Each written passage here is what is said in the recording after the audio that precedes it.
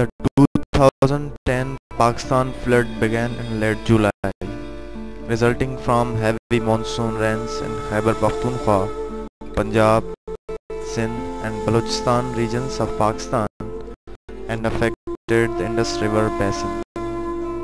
Approximately one-fifth of Pakistan's total land area was underwater. According to the government data, the flood directly affected about 20 million people, mostly by destruction of properties, livelihood and infrastructure, with a death toll of close to 2,000. In such critical situation, HANDS imposed emergency in flood affected areas.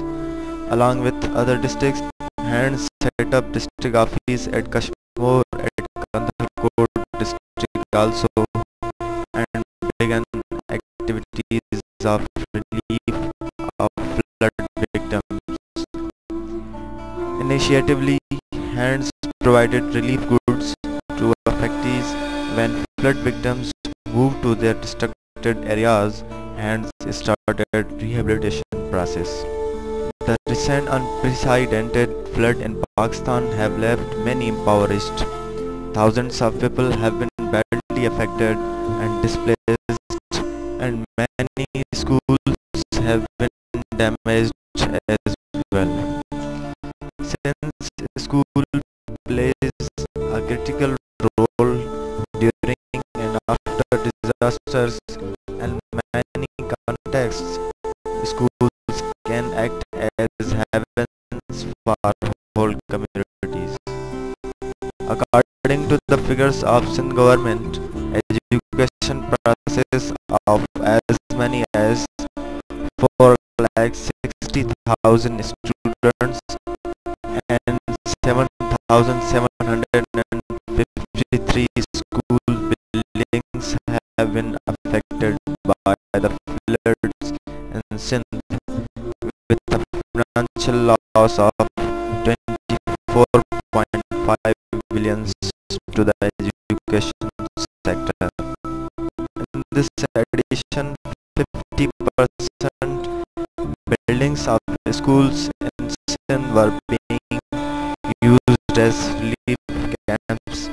According to figures, 2,784 schools in Sindh were turned into relief camps for flood victims, due to which the academic activities were abandoned for a lot of time.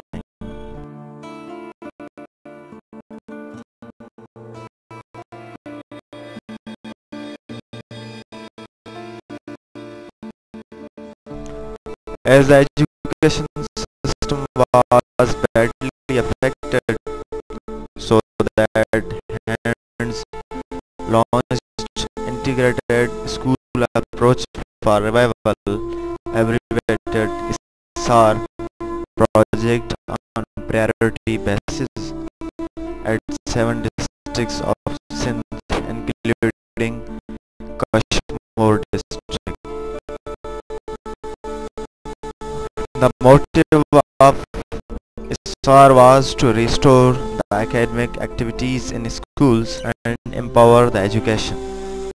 In this edition, 1,000 schools, including 850 partially damaged, while 150 fully damaged schools were selected for renovation and provision of shelter. At Kashmir, 85 partially, while 15 fully damaged schools were selected for renovation and shelter school provision. The main objective of the project is to restore the education of 0.1 million students and their approach to schools. This project comprises also on provision of hand washing facility, water and sanitation, health and hygiene promotion, provision of bags and learning materials.